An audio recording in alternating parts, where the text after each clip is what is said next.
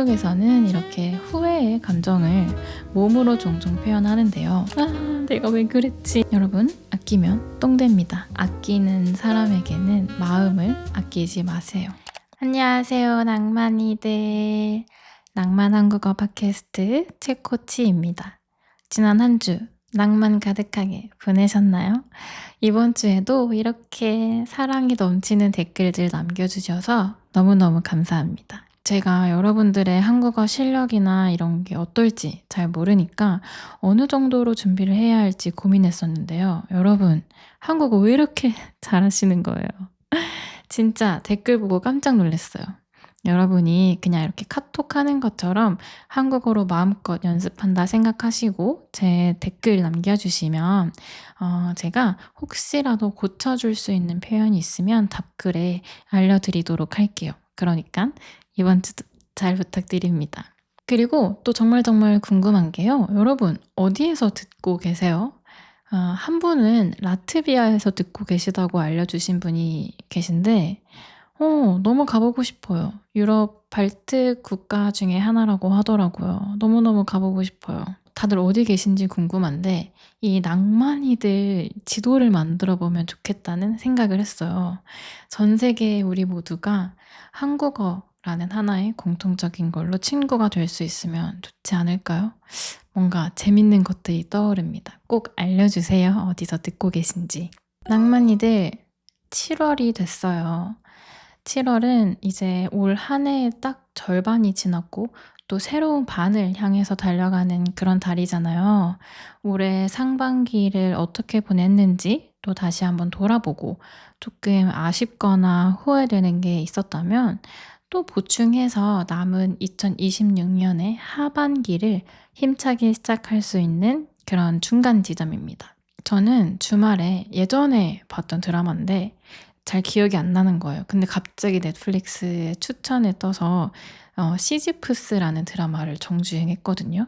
근데 이게 해외에서도 유행을 했었는지는 잘 모르겠어서 여러분들이 아는 드라마일지는 잘 모르겠지만 2021년도에 배우 조승우 씨랑 박신혜 씨가 주연을 맡았던 드라마인데요. 처음에는 이게 SF 드라마 같아 보여서 흥미로운 드라마겠구나 했는데 알고 보니요. 이 드라마 안에서 보여주고 싶은 사람의 감정이 후회와 사랑이더라고요. 사랑 이야기는 사실 제가 정말 할 이야기가 많아서 다음 에피소드들을 기약하는 걸로 하고 오늘은요. 그중에 후회에 대해서 이야기를 해보려고 합니다. 낭만 한국어 팟캐스트. 여러분, 후회는요, 한자어입니다. 후회는 뒤후, 그 다음에 뉘우칠 회, 이렇게 해석하면 뒤늦게 뉘우친다는 뜻인데요.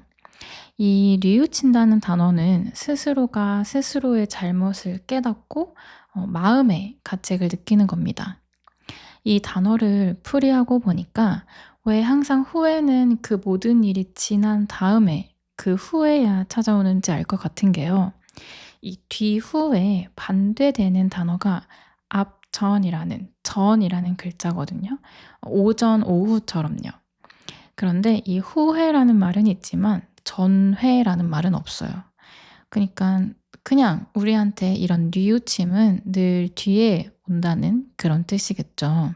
이 시지프스에서 조승우가 연기한 주인공 한태술은요, 천재공학자예요.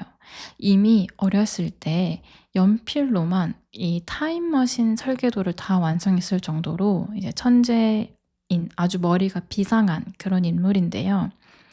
이 드라마는 이제 타임머신을 이용해서 시간 여행을 다룬 그런 드라마입니다. 이 드라마에서 보면 타임머신을 타고 과거로 넘어가는 사람들이 굉장히 많아요. 정말 많아요. 하지만 타임머신을 타고 과거에 도착해서 살아남을 확률이 5%에서 10% 정도밖에 안 된대요. 그러니까 정말 목숨을 걸고 과거로 넘어오는 거죠. 처음에 이 한태술은 왜 이렇게까지 사람들이 과거로 이제 돌아오려고 하는지 이해를 잘 하지 못합니다. 도대체 무엇을 위해서 그 목숨까지 거느냐 하고요. 그런데 이 드라마 초반에 등장하는 이 한태술이 목격한 첫 번째 시간 여행자를 보고 '아 이런 거구나.' 하고 깨닫는데요. 그게 바로 후회입니다. 이 시간 여행자는 당뇨에 걸려서 눈도 이제 거의 보이지 않는 그런 노모가 있어요. 이분은 이 어머니를 너무너무 사랑하니까 매일 혈당 관리에 좋은 음식으로 직접 요리를 해서 먹여 드려요. 근데 어머니는 이제 이 음식들이 너무 힘든 거예요. 이 어머니가 가장 좋아했던 음식은 라면이었던 거거든요. 그래서 하루는 아들이 오기 전에 몰래 라면을 드셨어요. 그냥 앞도 잘 안 보이고 답답하고 맛도 없고 몸도 힘들고 '한 번만 먹고 싶다.' 뭐 이런 마음에 드셨겠죠. 근데 이제 그걸 알게 된 아들이 엄청 화를 냅니다. 당뇨 환자에게 이 라면이 얼마나 치명적이겠어요? 그래서 막 숟가락을 던지면서 화를 내요. "아 왜 그러는 거야?" 막 이런 식으로요. 그리고 이 화를 내고는 그 길로 나가서 바로 출근을 하러 갑니다. 그때 이제 일이 바빠서 어쩔 수 없이 출근을 하는데요. 그 이후로 어떤 사고 때문에 이 아들은 더 이상 이 어머니를 보지 못했고 어머니는 결국 돌아가셨습니다. 이 아들은 그게 내내 후회가 남아서 괴로움으로 모든 날을 살아요. 그래서 이제 시간이 흐르고 이 타임머신이라는 걸 알게 됐을 때 결국 과거로 돌아와서 어머니에게 마지막 라면을 직접 끓여 줍니다.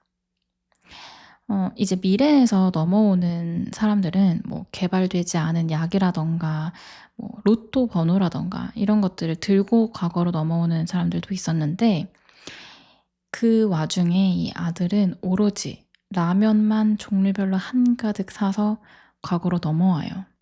물론 그때 이 아들이 화를 낸 건 너무 사랑하는 마음에 더 오래 함께하고 싶은 마음에 화가 난 거였겠죠. 그런데 생각해 보면 정말 얄궂게도 우리는 가장 사랑하는 사람에게 가장 많은 화를 내고 또 가장 많은 짜증을 부립니다. 솔직히 말하면 저도 예외는 아니에요. 친한 친구가 뭘 물어보면 잘 알려주거든요. 되게 친절하게 이건 이렇게 이렇게 하면 돼." 근데 이상하게 엄마가 뭘 물어보면 되게 간단한 건데도 좀 짜증을 많이 냈던 것 같아요, 귀찮아하면서. 또 만약에 애인이 아픈데 병원에 가야 되는데 병원에 안 가고 있잖아요. 그러면 또 막 엄청 화를 냈어요. "왜 병원 안 가냐? 왜 약 안 먹냐?" 이런 식으로요. 그냥 걱정만 해 주면 되는데 아니면 뭐 그냥 내가 하루 날을 잡아서 같이 병원 가는 날을 만들면 되는데 왜 그 걱정을 화를 내면서 하는지는 저도 잘 모르겠습니다. 그래서 한번 좀 생각을 해 봤어요. 오히려 반대로 우리가 말해 보면요. 우리는 아무한테나 화를 내지는 않는다는 거예요. 회사에서 처음 본 사람 앞에서 우리는 화를 참아요. 참아야지, 참아야지 이렇게요. 왜냐하면 화라는 감정은 이 관계를 깨뜨릴 수도 있는 위험한 감정이잖아요. 그래서 반대로 말을 해 보면 내가 뭔가 이 사람한테 화를 내고 짜증을 내고 한다는 건 사실 마음속 깊은 곳에서는 믿고 있는 거예요. '아 이 사람은 내가 이렇게 화를 내도 나를 떠나지 않을 사람이구나.' 이런 식으로요. 진짜, 진짜 얄궂지만 그 사람이 나에게 어떻게 보면 내 안전한 사람이라는 거죠. 또 두 번째로는요. 우리는 사랑하는 사람한테는 기대가 커요. 예를 들어 그냥 정말 모르는 사람이 내 마음을 몰라주는 건 당연한데 사랑하는 사람이 몰라주면 서운하잖아요. 그 서운함이 그 걱정이 그 사랑이 밖으로 나오는 길을 잘못 찾았을 때 이제 화로 표출이 되는 것 같아요. 그 아들 그 시간 여행을 하고 돌아온 그 아들의 화도 결국에 통역해 보면 '아 엄마 나랑 더 오래 살자. 그냥 이렇게 건강 관리 쪼끔 더 하고 쪼금이라도 더 내 옆에 있어줘라. 이런 거였잖아요. 근데 이제 그 마음도 몰라주고 라면을 드셨으니 막 그냥 갑자기 너무 서운해서 화가 이렇게 나버린 거겠죠.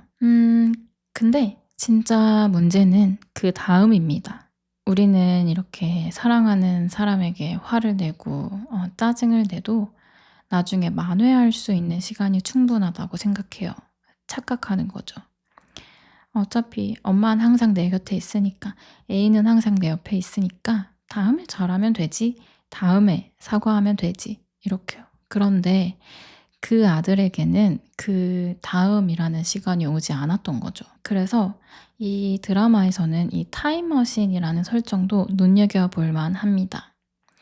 왜 인간에게 후회라는 감정이 있을까 생각해 봤어요. 시간은 되돌릴 수 없기 때문이지 않을까요? 시지프스라는 드라마에서는 다행히 타임머신이라는 게 발명됐으니 후회가 되는 곳으로 어떻게든 되돌아갈 수 있었다지만 성공 확률이 낮더라도요. 그치만 우리의 현실에서는 그럴 수가 없잖아요. 아무리 내가 되돌아가고 싶어도 그럴 수 없습니다. 시간은 미래로만 향하니까요. 우리에게 시간은 늘 영원할 것만 같지만 사실 시간만큼 영원하지 않은 것도 없어요. 내가 지금 옆에 사랑하는 사람들과의 시간은 더더욱이고요. 이 후회와 관련해서 많이 쓰이는 동사가 있는데요. 사무치다라는 동사입니다. 후회가 사무친다, 그리움이 사무친다 이렇게 말을 하는데요. 이 사무치다의 사전적 의미는 깊이 스며들거나 멀리까지 영향을 미치다입니다. 무언가가 이렇게 겉표면에 머물지 않고 뚫고 들어와서 가장 깊은 곳까지 도착한다는 의미라고 생각해 주시면 되는데요. 그 사무치다의 감각적인 뉘앙스를 가장 잘 표현한 문장이 겨울바람이 뼛속까지 사무친다 이런 말이 있거든요. 얼마나 그 겨울바람이 추우면 그 바람이 옷을 뚫고 이 살을 뚫고 뼈까지 닿겠어요. 이런 그 느낌이 감정에 쓰이는 거예요. 이 사무치는 감정은 막을 수도 없고 피할 수도 없고 그냥 그 마음의 가장 깊은 곳까지 뚫고 들어가 버리는 겁니다. 이 사무친다라는 감정은요, 보통 후회, 그리움, 외로움, 서러움, 슬픔, 보고 싶음 이런 감정들과 함께 쓰입니다. 기쁨이나 행복이 사무친다고는 잘 표현하지 않아요. 그러면 대체로 보면 이 사무친다는 감정은 이미 지나가 버린 것, 지금 여기에 없는 것들을 향한 그런 마음이에요. 그 괴로움이 너무 깊어서 마음속에 이 가슴속에 사무치는 겁니다. 한국에서는 이렇게 후회의 감정을 몸으로 종종 표현하는데요. 가장 가벼운 버전은 이불킥이라는 표현입니다. 여기서 이 킥은 발로 차는 걸 뜻하는 영어 단어 킥에서 왔는데요. 그냥 자다가 갑자기 팍 떠올랐을 때 뭔가 내가 왜 그랬지 하는 그런 순간 있잖아요. 예를 들어서 어젯밤에 제가 술을 너무 많이 마신 거예요. 술에 막 취했어요. 그래서 저기 좋아하던 남자애한테 나도 모르게 볼에 뽀뽀를 한 거예요.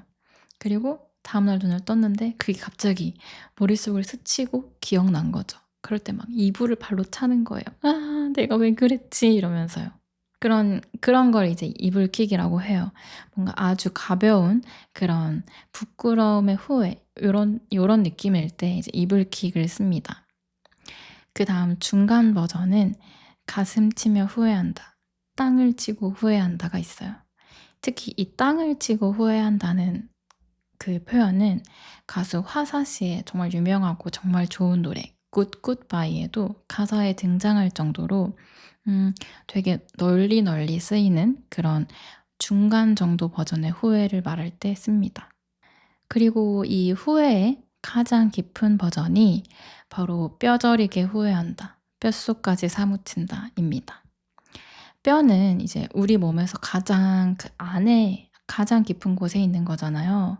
그 뼈가 저릴 만큼, 그 뼛속까지 깊을 만큼 그 감정이 파고들어서 영향을 미치고 있다는 아주 절절한 표현입니다.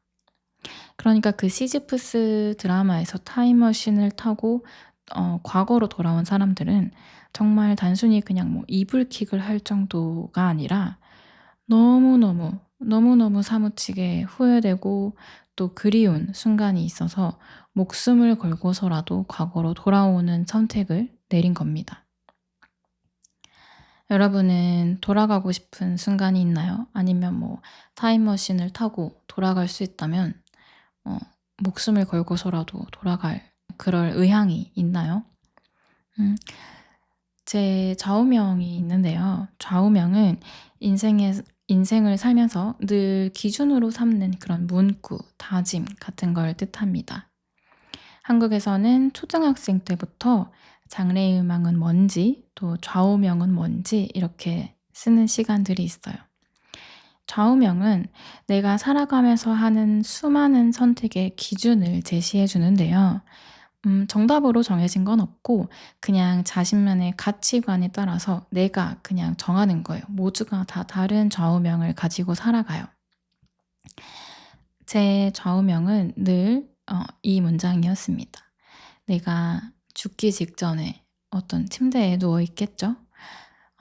그 죽기 직전에 '아 이런 거 한 번쯤 해 봤을 걸.' 하고 후회하는 일이 없게 늘 매 순간 후회 없이 재밌게 살아가자입니다. 그런데 그렇게 좌우명을 가지고 살아간다고 하더라도 사실 인간이라서 인간은 이제 같은 실수를 반복하는 존재잖아요. 저도 어쩔 수 없이 크고 작은 후회가 남는 일들이 분명 생깁니다. 그래도 이렇게 사무칠 정도로 큰 후회를 하지 않게끔 이 후회를 줄일 수 있는 가장 쉬운 방법, 가장 좋은 방법은 어쨌건 결국 최선을 다하는 것밖에는 없는 것 같아요. 그 시간 여행을 한 아들이 목숨을 걸고 되돌아온 그 순간은요. 사실 정말 정말 평범한 그런 매일의 일상의 한 순간이잖아요. 출근하기 전에 엄마랑 밥을 먹는 그런 순간이요. 우리가 돌아보면 우리도 분명 '그때 왜 그랬지.' 하고 후회되는 순간은 그냥 평범한 매일 중에 하나였을 거예요. 과거는 이미 지나가서 돌아갈 수 없고 또 미래는 아직 오지 않아서 아무도 어떻게 될지 모르니까 우리가 할 수 있는 건 오직 지금 오늘 가장 이 순간에 최선을 다해서 아낌없이 표현하고 또 움직이는 것뿐입니다. 이 아낌없이라는 표현도요. 굉장히 따뜻하고 낭만적인 한국어 표현 같아요. 아끼다는 이제 무언가를 함부로 쓰지 않고 모아둔다는 거잖아요. 돈을 아끼다, 시간을 아끼다처럼요. 그런데 아끼지 않고 아낌없이 표현하고 사랑한다는 건 진짜 모든 마음으로 남기지 않고 다 내어준다는 거거든요. 한국어 속담 중에 근데 되게 재밌는 게 하나 있어요. 바로 "아끼다 똥 된다."라는 표현인데요. 너무 아껴두기만 하면 다 이제 시간이 흘러서 결국에는 못 쓰게 된다는 뜻이에요. 언젠가 '좋은 날이 오면 입어야지.' 하고 아껴뒀던 옷이 뭐 키가 너무 커져서 혹은 살이 빠져서 살이 쪄서 못 입게 된다거나 언젠간 '소중한 날 다이어리에 붙여야지.' 하고 모아뒀던 아껴뒀던 그 스티커 이런 것들이 결국에는 진짜 제대로 써 보지도 못하고 결국에 쓰레기만 되어 버리는 그런 상황을 이제 "아끼다 똥 된다."라고 표현하는데요. 문제는 옷이나 스티커는 버려야 되면 버리고 또 새로 살 수 있지만 마음은요. 아끼면 만약에 다시 쓸 수 있는 날이 오지 않으면 어떻게 할 수가 없어요. 그렇게 아낀 마음이 다시 표현을 할 수 없게 되면 진짜 그냥 가슴에 사무침으로 남는 거예요. 여기에서 또 하나 이 아끼다에는 또 다른 뜻이 하나가 더 있어요. 바로 소중히 여기다라는 뜻인데요. 내가 아끼는 친구, 내가 아끼는 인형, 내가 아끼는 마이크, 내가 아끼는 책 이런 식으로요. 어떻게 보면 이 아끼다라는 단어에 소중히 여기다와 또 함부로 쓰지 않는다라는 두 개의 다른 뜻이 있는 거는요. 한국에서는 뭔가 소중한 건 함부로 쓰지 않는다 이런 마음을 가지고 있었던 게 아닐까요? 하지만 여러분 아끼면 똥됩니다. 아끼는 사람에게는 마음을 아끼지 마세요. 내가 제일 아끼는 사람일수록 사랑해, 고마워, 미안해 이런 말들을 더 많이 아낌없이 건네봅시다. 오늘도 에피소드 끝까지 들어주셔서 감사합니다. 오늘의 에피소드가 여러분의 오늘이 조금이라도 후회 없이 지나갈 수 있는 평범한 또 하루가 되는 데에 도움이 되었으면 좋겠어요. 저도 오늘 여러분들에게 아낌없이 고맙다는 말 전하고요. 엄마에게도 한번 먼저 전화를 걸어보려고요. 그럼 오늘도 여러분 한국어 공부 화이팅입니다. 다음 에피소드에서 또 만나요, 낭만이들. 바이.